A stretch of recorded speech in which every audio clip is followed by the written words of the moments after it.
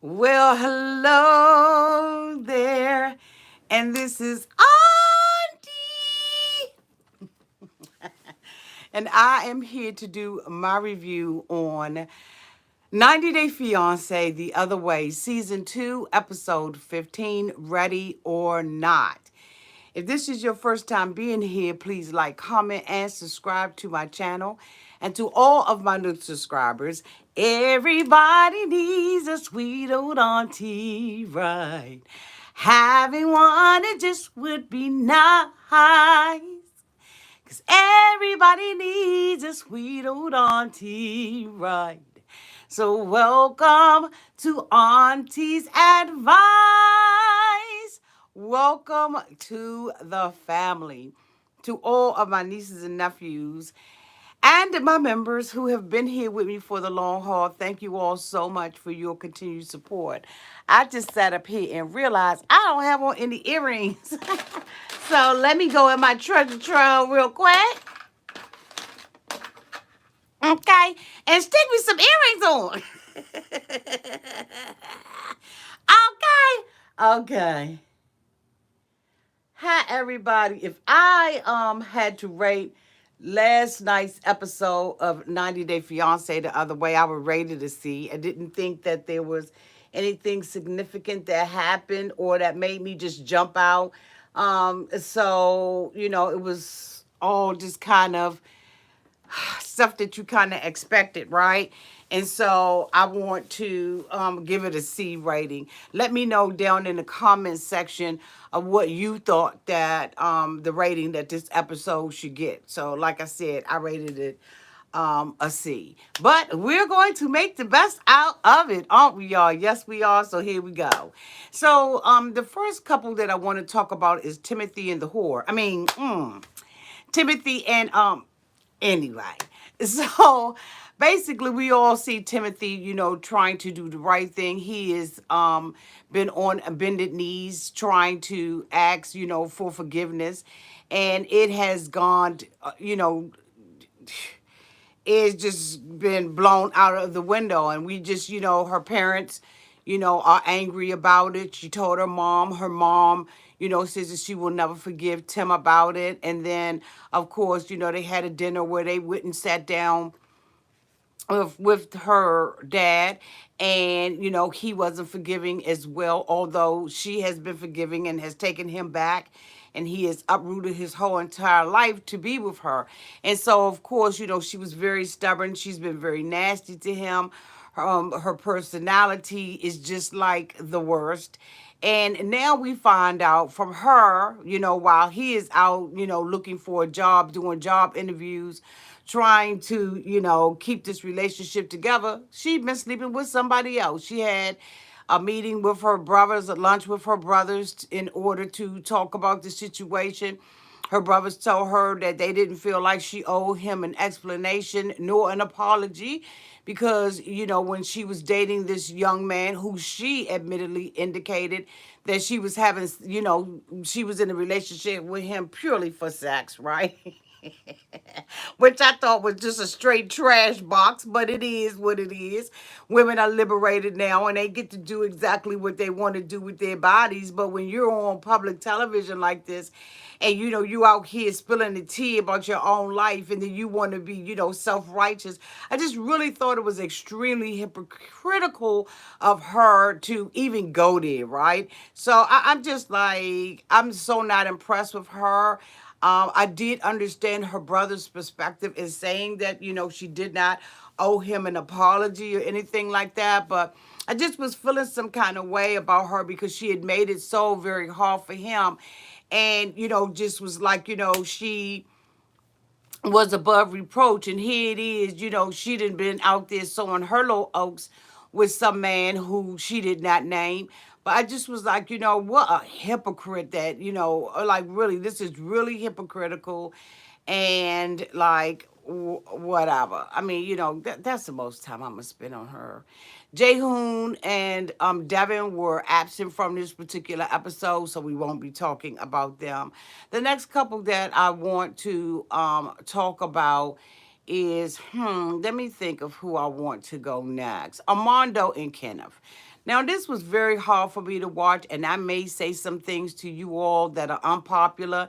I have never gone with the flow. I've always had my own opinion about everything. I have told you all who have been watching me for since I've been doing this review that I am very suspect of Armando. I just don't like, it's just something about him that just rubs me all the wrong way. Okay.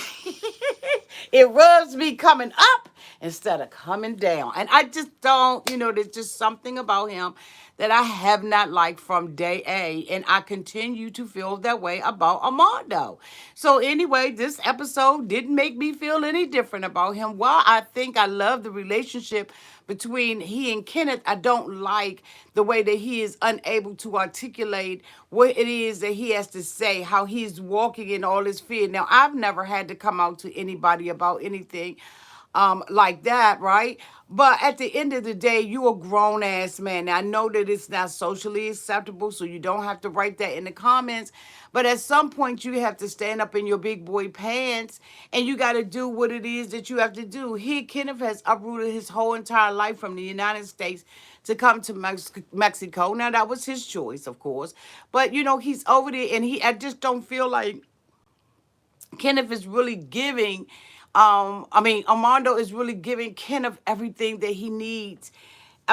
Kenneth is compromising. God damn, in my Florida Everett voice. I can't understand why Kenneth is giving so much and Armando is giving so little. And yes, he keeps, defaulting to, I'm afraid, I'm scared, my family, my this, and, it's acceptable here, it's not acceptable there, and all this. But if you have made a decision that you're going to leave your mother and father's house and cleave to Kenneth, Kenneth has proposed to him, giving him a ring, a commitment, and it doesn't, the scales to me are not balanced. And so anyway, they're driving over and Armando takes off his wedding his engagement ring because he doesn't want the family to know, right off by seeing his hand that the two of them have decided to, get engaged. And I did understand that because, it has been a very big pill for his family to swallow. So I do understand. However, when they got there, Hannah ran over and, was jumping in their arms. And Kenneth was like, this is the support and everything that I need. Kenneth said that, he wished that he knew more of the language so that he could communicate with the family and really start to develop a relationship with them, which I understood. He really should have done his homework, given the fact that he knew he was going to be moving to another country and he was going to have to learn another language. So yes, there is some responsibility from Kenneth to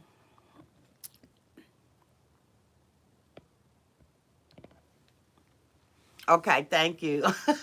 Oh, you said my outfit is popping. This top was given to me and made for me by one of my subscribers. I'm sorry, I don't usually pause, but I saw that comment when I put my glasses on. It says Auntie, and she even put the lips down on the bottom of it. And I absolutely love it. So anyway, Kenneth, thank you so much. My Nelly made it for me, okay? So anyway, Kenneth is, happy that Hannah ran and jumped into his arms and all that kind of stuff. And, so it was just really loving and everything. And then, all the family is there. As we noticed, there's not a lot of men at the table. There's just one young young man there. And there's not other men who are staying there. Who are there to greet them, right? And so you automatically know that this is something that is not acceptable by the family. The father is not there, but they get there, and Armando doesn't say anything. He's sitting there in his own mind. And to me, I thought it was just extremely selfish because at this point, Kenneth really needs you to communicate. He's articulated that in the car and said that I'm already insecure because I don't know the language, and yet he sits there and has all these awkward moments with the family. His mother is trying to be accepting of this, and his sister does know some English, and so Kenneth is able to talk to her. But this is just an awkward reunion, and I just thought it was so unfair to Kenneth to walk into this situation, and Armando doesn't think enough to come out of himself to make sure that this is, while uncomfortable, the most enjoyable situation for Kenneth. I just wanted to smack the out of him. And and even Kenneth was trying to say, I mean, this is awkward. Nobody's talking. He doesn't know the language. He did say hola, you know what I'm saying? And he spoke a little bit, but it was just so awkward. And Armando, of course, thinking only of himself, just allows Kenneth to stay in that. And the family. The family wants to understand. Now, I'm sure that the mother has already told her family that, her son, has announced that he is gay, okay, and that the father is in disagreement. Armando is uncomfortable because his dad isn't there, and I know that men and women want the acceptance of their parents. And so they go, the mother says, come on, we're going to go to the house. And so they go to the house and everything, and the mother goes inside and basically tells the father, get your ass out here, okay? Your son needs you. He's here with his friend. He got his friend here with him.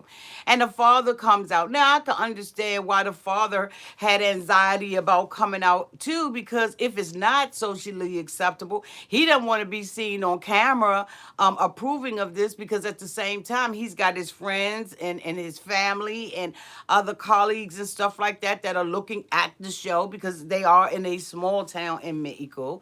And so, for him, he probably, is having a hard time making the adjustment and to something that is not, as Armando says, socially acceptable. So the father comes out, he greets Kenneth like a man, he gives him a handshake, and Kenneth is uncomfortable because he can tell that the dad is uncomfortable. Like, this is just a jacked up ass situation. So anyway, after that, they go back, and then Armando makes the decision in front of everybody there.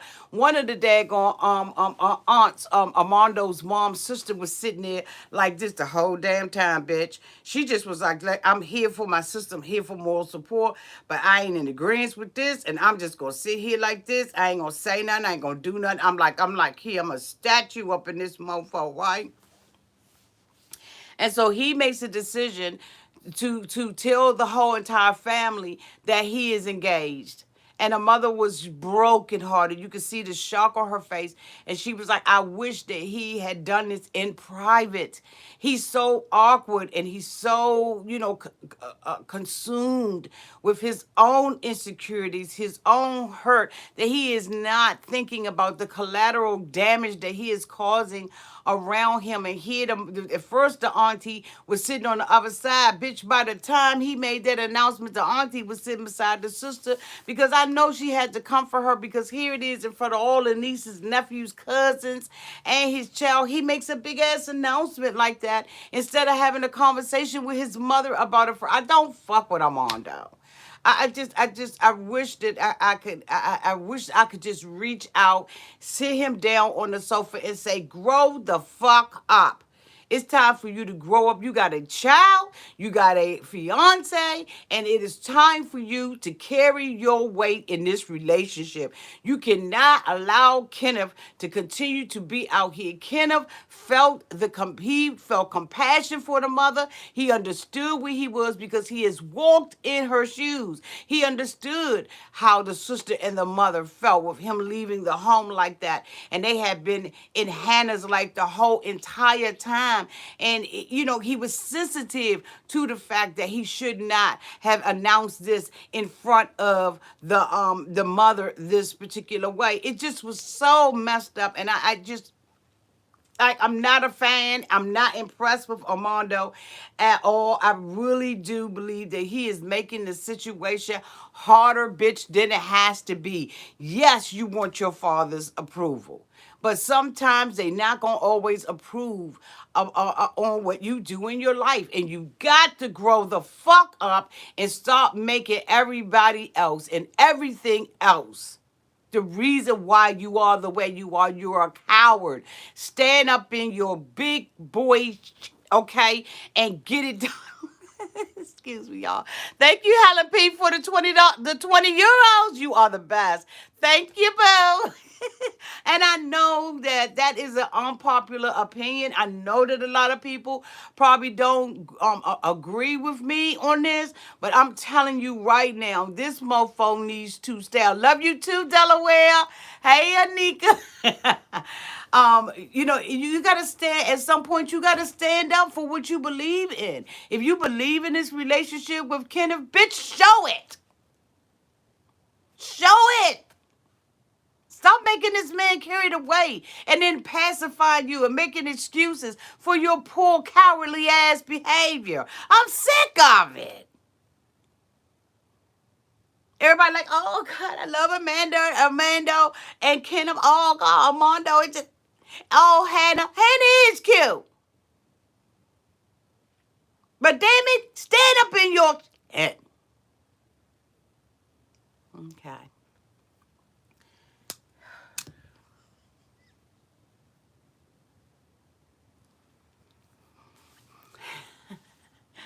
Okay, I'm calmed down. I know y'all want me to calm down. I'm calmed down. Who is the next couple that I want to talk about on this raggedy piece of Brittany and Yazin? Brittany is at home with her mama. She done flew into, I believe, it's Chicago, and her mama.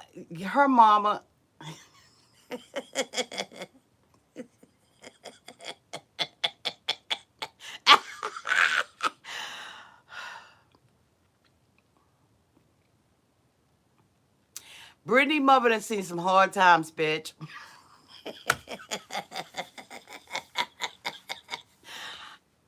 Brittany mother done seen some hard times, okay?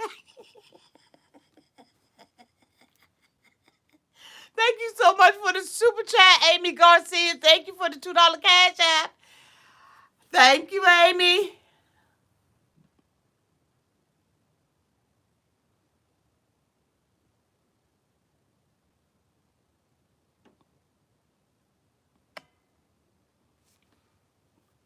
So Brittany gets home, and her mother greets her at the airport, and they want to get home so they can talk about what's been going on with y'all. And of course, we know that Brittany is home because she is filed for divorce in 2 different states, bitch.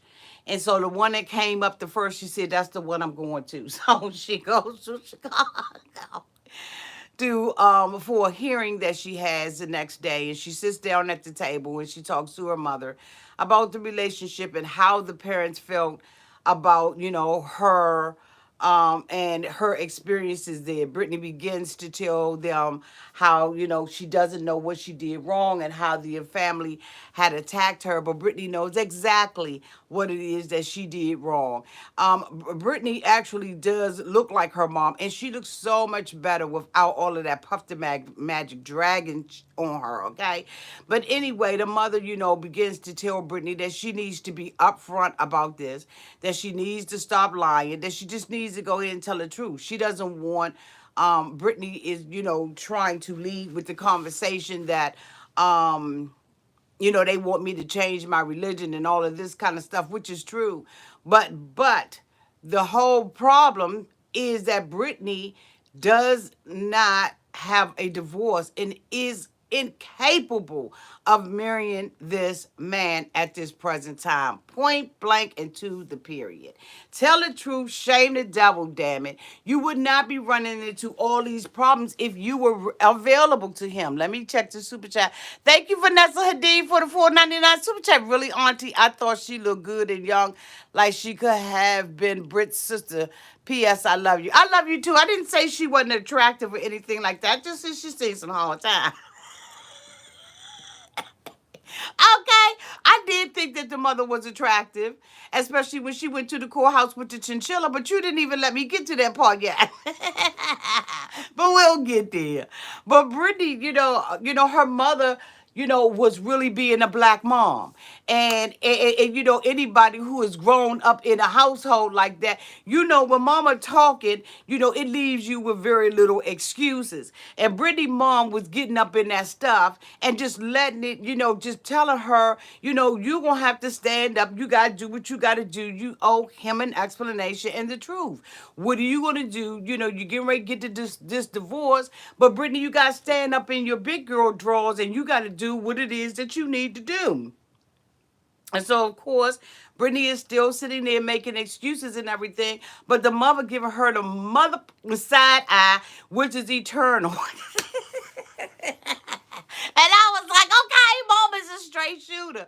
So the next day we see Brittany and her mother going out there with the mink on, and the mama had on the faux chinchilla. And I was like, these bitches is stepping out. I love Brittany's boot. I love the long flink coat, okay, because I don't know if it was mink, but it was flink, okay. And the mom had the chinchilla on, and they was going down to the court building, bitch. They was showing up, and I was like, Brittany really does look good with clothes on. And Brittany really does look like her mother, who, bitch, as I said, has seen some hard times. Now, and don't get it twisted. Some days I come out here and I ain't on my best game.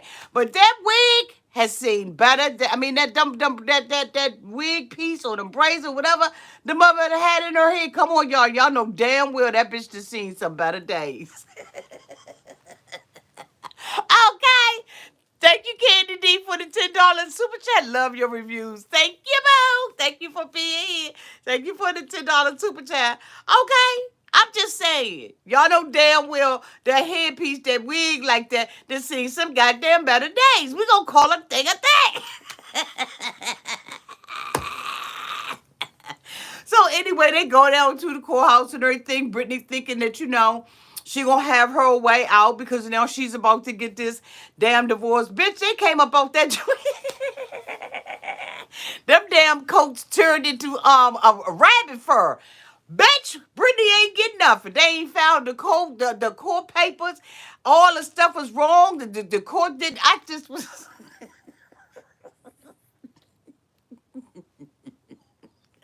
The mama said The mama said you got to come up with a better plan now, bitch. Cause this whole thing done blew up in your damn face. The mama said you got to tell them something, okay? Brittany did not get the divorce. She is to now go back and file paperwork again. She flew all the way home for nothing. Now she's got to go back to zero to find out how to explain to y'all's family, or at least gather another lie or two together to tell y'all's family why she can't get married. This bitch is without excuses. I don't know why she just will not tell the truth. Tell the truth, okay? Okay? All right. The next couple that I want to talk about is Jenny and Sumit. This bitch is, you know what, Jenny, the home record at grandma.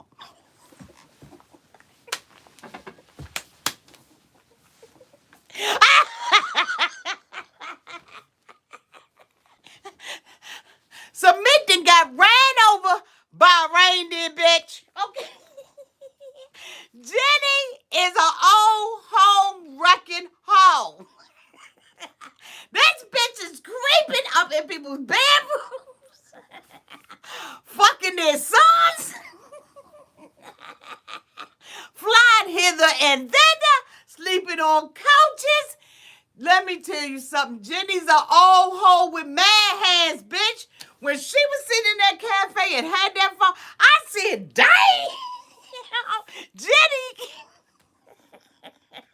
Okay, Auntie, you gotta calm down. I said, bitch, Jenny got man hands.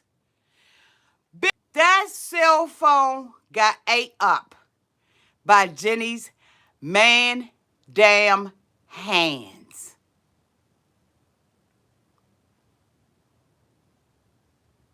Straight man hands. Bitch, you couldn't even see the cell phone. You could only see a peek of that bitch. Y'all know y'all saw Jenny's big old huge man hands. I said the fuck.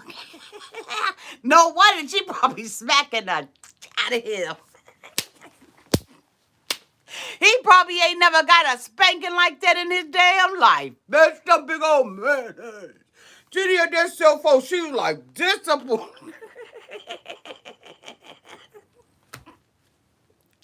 Okay, Auntie, stay focused. All right.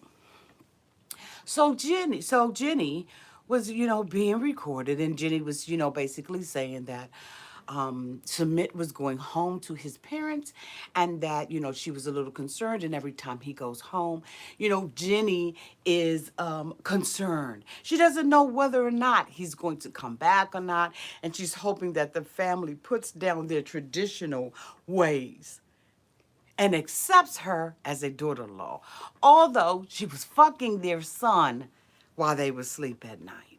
So, anyway, this was his, first affair, first relationship by an old woman from the United States who probably was putting it on him all the right ways.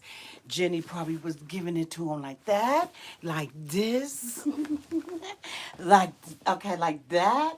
Okay, I'm sure that, okay, did y'all see that? Like that. Hey! Okay? Jenny probably was giving it to him every way that he thought, was impossible. And so now Sumit is going to his family's house. He wants to stay in a relationship with Jenny. And so because he wants to stay in this relationship with Jenny and he wants to marry her, he has to get the permission of his parents. Unfortunately for Jenny. And so the parents are sitting there with their tea and their mother crumpet. And they're waiting on Sumit to get his ass there. And so the mother asks the father, when is he going to get here? And he said, it should be soon, Susie. It should be soon. And so Sumit comes into the household, and now he is having a conversation with his parents. His mother says, I miss you, son. I have been very concerned, but let's have this talk about this old Hagatha Christie that you're with. And so Sumit, listens to his parents as they begin to tell him the traditions of their culture and how it is unacceptable for him to be with this old bitch, okay, who is older than they are. A bitch who came into their house as a tourist, okay, and left as a hoe. Sleeping with their son. Breaking all of their traditions. No respect for the hospitality. Okay? I know I'm saying that wrong. It's hospitality. But I'm just saying, the hospitality, okay? that the family have given her. And as a matter of fact, they gave Jenny the penthouse suite in their home, while Jenny, the home-wrecking, old, decrepit-ass, wrinkled hoe, was sleeping with their son. So Sumit began to say that, I was a good boy. I did what you wanted me to do. So what about me? I was unhappy and you did not help me. The father said yes. The mother said yes. We understand, Sumit, that we asked you to marry this woman. We thought that was going to work out. We didn't have any idea and would not have had any idea that this was going to be a jacked up ass marriage until you actually married her. And so Sumit feels like they owe him something. And the mother stopped and she told him, son, your dad has bent over backwards and he spent more money than he's ever had to on you. He gave you all of your wishes, your dreams, your hopes, motherfucker, okay? Everything, bitch, that you've asked for, you've gotten from your daddy. Bitch, you spoiled, and we've given you everything. But let me tell you something. This bitch is older than us, and we're not feeling that well. in another 10 years, the bitch is going to be 172 years old. How are you then going to help take care of us? Like, we need you to wheel us around, to give us yogurt, to feed us ice cream. We need you to rub our feet. Now, when Sumit came into the home, he touched his parents' feet and he said that he did that out of respect. But if he really respected his father and his mother the way that he was supposed to, he wouldn't have hooked up with Jenny. Now, given the fact the father said, we've allowed you to get out this relationship, Sumit said, bitch, I got out of it myself. I had to act a complete ass on TLC and excuse me. On television to get out of this relationship. The fuck are you talking about, Dad? Dad, you didn't do anything to help me. I did this on my own. The dad feels extremely guilty and hurt because he's like, you know what? This was my fucking fault. Thank you so much, Karen Granger, for the $9.99 super chat. Why are you laughing like that? Thank you, Karen. He said, I had to be the one to act an ass up in this household. I have been so miserable that I have attempted blue, blue, blue 3 times. Thank you, Igmatic E, for the $20 super chat, Auntie. If Jenny had your donkey Sumit would not have only left home but walked the Atlantic Ocean to get to you. Thanks for the gut buster. You're welcome, I'm sorry. Oh, I got a donkey back there now, okay? So Sumit, basically is asking the parents for their permission and their approval. And they say, we can't do that. Not right now. Let us think about it. But right now, we can't do it. Because despite what you may believe and despite what you may agree with, we give a fuck about what everybody say about us in the community. We give a fuck on how we are accepted in our society. Now, whether or not you like it or not, okay, and whether or not you agree with his son, we gives a fuck about it, all right? And so Sumit now is just, he's kind of left with, having to console his mother, who has now broken down because she doesn't want to lose her son. She has told him over and over again that we don't want to lose you and we feel like we've lost you. And Sumit says that you haven't. But the lead, you know what? I can understand where you all are, and I will agree with you. Sumit then goes back to Jenny, who is sitting in the cafe with her man hands, manhandling the fuck out of a cell phone. I just was like, did they cut her head off? Is this like a producer, a gripman, a cameraman? Is this a football player, a basketball player? Did they just put like Jenny's head on top of that? Like, I could not believe that Jenny's hands was that big. Like, bitch, it makes you examine your own. Because when I was sitting there and I was looking at her man hands, bitch, I just was like, okay, is my hands that big? You have to look at your hands and say, do they match to my body? Okay. So, of course, she looks like she's eating some type of pasta or something. And, Sumit comes in and they have a conversation about what happened with the parents. And the sad thing about it is that you can see the influence of her 62, 63-year-old, you can see the influence that she has on him like a son. And it's so unfortunate because years from now, Sumit is going to get tired of Jenny. He really is. Eventually, what his parents are saying to him is so true. Number one, he can never have a child if that is something that he desires. I've never heard him say that he doesn't desire that. And number three, she is just, like she's too old for him. And so she says, well, I don't want you to go against your family. He said, I'm not going to go against my family. And so now Jenny is left with bashing the family, tearing the family down, tearing down a tradition and a religion and a culture. You knew damn well when you were over there living up at the penthouse suite of their home, you knew, Jenny, that this was wrong. And you can see the influence of a grandmother. Jenny is a grandmother to Sumit. Maybe Sumit. Thank you so much, Sabrina Buckingham, for the $1 super chat. Thank you, boo. The last but not least couple that I want to talk about is Baby and Ari. Ari is in Ethiopia. She has made a decision that the two places that Biniyam had picked for her were not sufficient enough, and so they've gotten another place. This place is going to be big enough to house her mother and her father, who are coming very soon for her, coming to see her with the baby. Of course, she, the last time we had saw her, she had made empty threats to him about not staying there because she did not feel like she knew anybody, and he didn't have enough money to take care of her.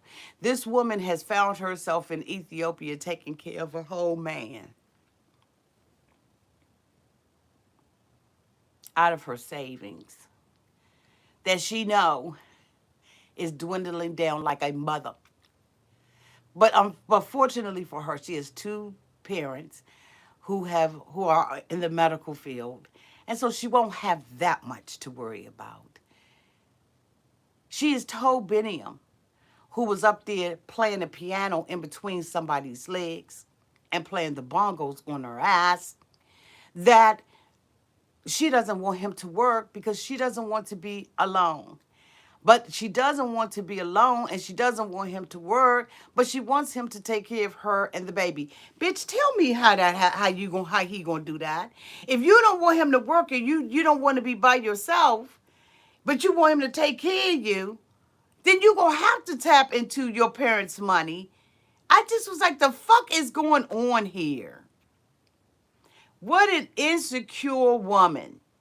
You knew what it was before you flew your ass out there. But everything is about you. And so here it is, this man, you're going to be criticizing him later on, saying he don't have a job. He's unable to take care of me. But yet and still you got this quitting his job. He begging to go to work at night. He begging to do something. He don't want to sit in there with your boring ass all day. He said, maybe in America, men be Mr. Mom, but damn it, I don't want to be a Mr. Mom. I want to go out there and play the piano and bang the bonbon on somebody's ass. That's what he wants to do. But he's being submissive to her and giving her what it is that she needs, because he understands that she's fragile right now. She's fragile. And so they have another place. They go, to go and look for a car, okay? And they look at a Yari, a 2008 Yari, bitch, that they are asking $22,000 for. The girl said because of the taxes, they get double taxed. Bitch, I don't care if you get caught triple taxed. I am not going to be paying $22,000 for a daggone car that is 12 years old. A 2008. Bitch, we are in 2020.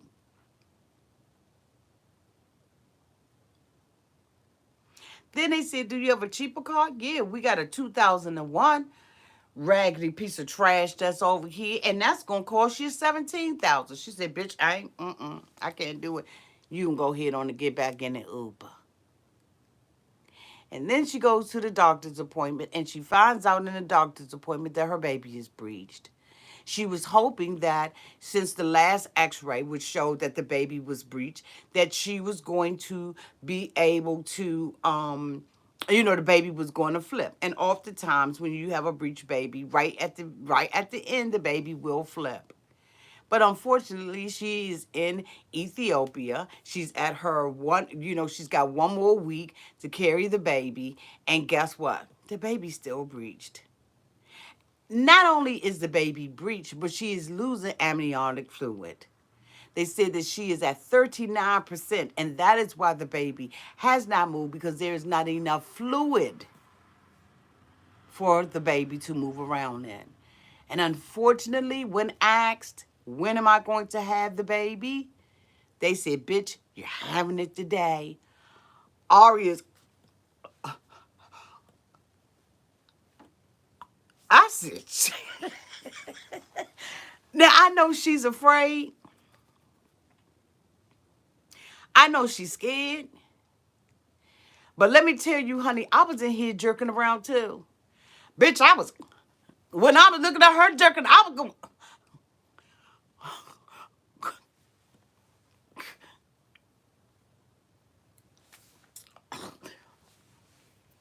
and Biniyam was sitting there like that.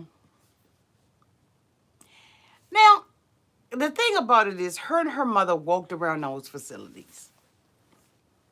They thought that the facilities was 5 star. They looked at every aspect of that hospital, her and her mother. And she and her mother was confident that in the event that anything happened, she would have excellent care. Now all of a sudden, when the rubber has hit the road, you about to faint.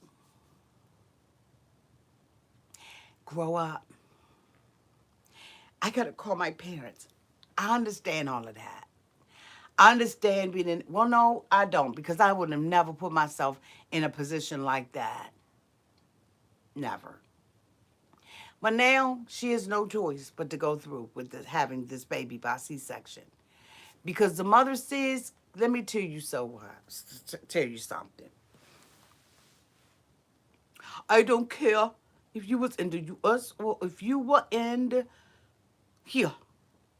Nobody, no doctor, no medical doctor, nowhere, I don't care where you look, will let your ass walk about here like that with that amniotic fluid being breached the way it is. The baby is breached and you got amniotic fluid and bitch, you're going to have your baby today. Now we have 2 emergency patients before you. And so right after you going to be number 3, bitch, okay?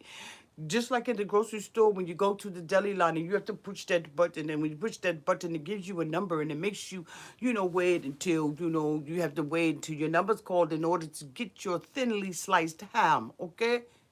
Your thinly sliced ham. Bitch, you got a number, and your number is number 3, and we're going to do a C-section on you, and you're going to be all fine, okay? Ariella, calm the fuck down. Ariella, okay, get it together. Okay, Biniyam, if you don't smack her and calm her down, I will. Because today you're going to have your baby here in this hospital. There's nothing else that we could do for your ass. Not today, not tomorrow, not another day. Bitch, you having your baby today. Ariella is devastated. Auntie, you are hilarious. Love you. Thank you, Queen of Kings, for the $9.99 super chat. Look at you in a little picture. You look cute. You look cute. Thank you. This bitch gonna have this baby today. She was sitting up there trying to get. Now here's the thing. Before I leave, got grab onto something. Biniyam is using the fuck out of Ari. And I don't need an amen. The producers asked Biniyam, how do you feel? Do you mind, bitch, if the parents is paying for your lifestyle? He said, hell no. I don't give a damn. I'm about to get a car out her ass. I'm about to get me a new apartment. I'm getting me some mulch. I don't give a good god alakazam. I am riding on the wings of love. On the wings of love. He is using her.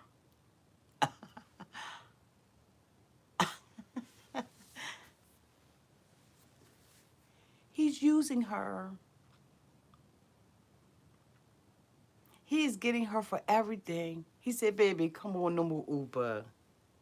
No more Uber. Wait a minute, hold up. His voice is higher than that.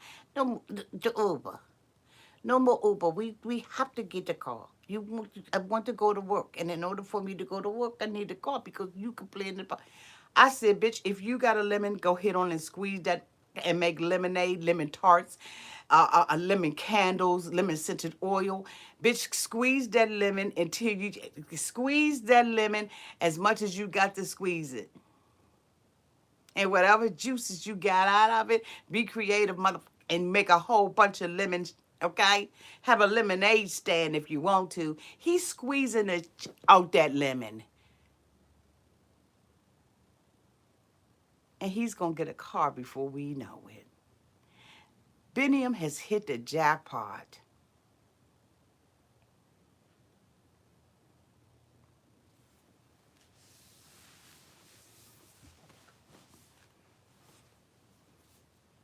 He hit the number, bitch.